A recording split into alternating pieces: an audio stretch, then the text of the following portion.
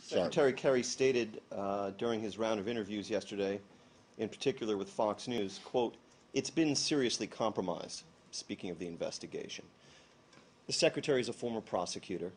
As a former prosecutor, it seems to me he should know that when he says a given investigation has been, quote, seriously compromised, that the faith that the world may have in the final product of this investigation is also going to be seriously compromised. Well, James, I would take it a step further, and I would say at this point, because of the lack of access, we are very concerned. But that doesn't mean that there's not a future for this investigation, that if investigators are allowed in today, tomorrow, and the coming days with full unfettered access, they can do an investigation. Look, there's a lot of technical expertise out there in terms of investigating plane crashes, and he was very clear, though, that we are outraged about the lack of access here. Not just us, but every country around the world, particularly those who lost people in this plane crash. So, look, we are very committed to this investigation. We are providing some FBI and NTSB officials to help with it and are willing to help in any way we can. Two more things, and then I will yield to my colleagues. When he was asked by NBC News about our dealings with the Russian Federation, Secretary Kerry said, and specific to President Putin, it's a question of whether or not you're going to get the cooperation necessary.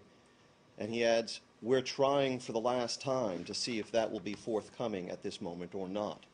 What did the Secretary mean by the last time? We're trying for the last time. Is that an indication that if the kind of cooperation the U.S. wants to see from Russia is not forthcoming at this moment, that we will cease our engagement with the Russians in some way? Well, I think you heard the President speak this morning very clearly that responsibility, direct responsibility, for cooperation with the investigation by the pro-Russian separatists lies with President Putin. He was very clear about that. We have also said, James, that if they do not de-escalate here, that if they don't take steps, you heard the President again say this morning, there will be further consequences.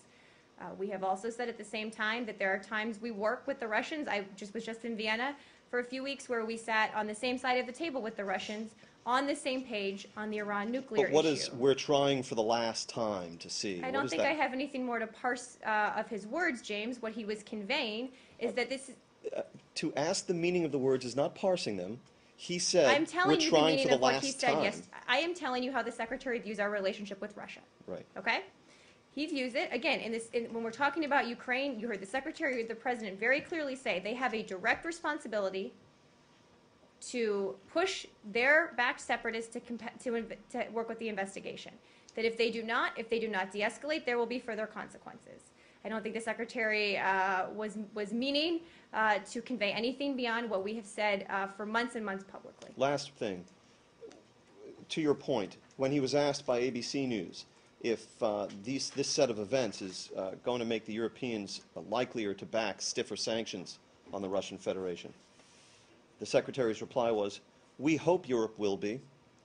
So that produces the question of whether or not the horrific nature of this set of events hasn't catalyzed a single one of our European partners to tell us that, in fact, they are ready for stiffer sanctions? Well, we're in discussions with them all the time. As you know, there's a Foreign Affairs Council meeting, I believe, tomorrow of the European Union. And look, we think and hope that this should be a wake-up call for the Europeans, particularly in terms of imposing additional costs on Russia. We certainly hope it will be. We've been clear that we will continue to take additional steps. And lastly, Reuters reported today, and I'm quoting now, the expected handover of the bodies in the black boxes and reports by international investigators of improved access to the wreckage weakened a new case for broader sanctions against Russia laid out by Western leaders.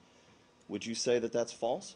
I didn't see that quote, but I think what is clear here is you have a situation where there is a crash site in an area controlled by separatists backed by Russia. And Russia needs to use its leverage over these separatists to provide access. Does this newfound set of steps that looks like cooperation, does that weaken the case for stiffer sanctions? I can't confirm that any of those steps are actually happening. I've seen the reports, but I think we need to see many more actions on the ground. Thank you very much.